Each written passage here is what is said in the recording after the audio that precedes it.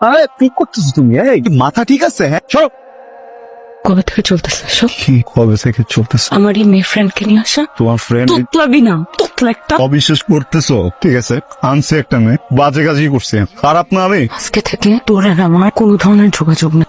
কিরে তুই কি কাঁদছস নাকি? সারা কাঁদবো কেন না? চোখ ফুইলা আছে দেখতেছি, চোখে পানি যে বাস। মানে তোরা যে কি করতেছস না, আরেকজন না তো আজকে এনগেজমেন্ট করে ফেলাইতেছে।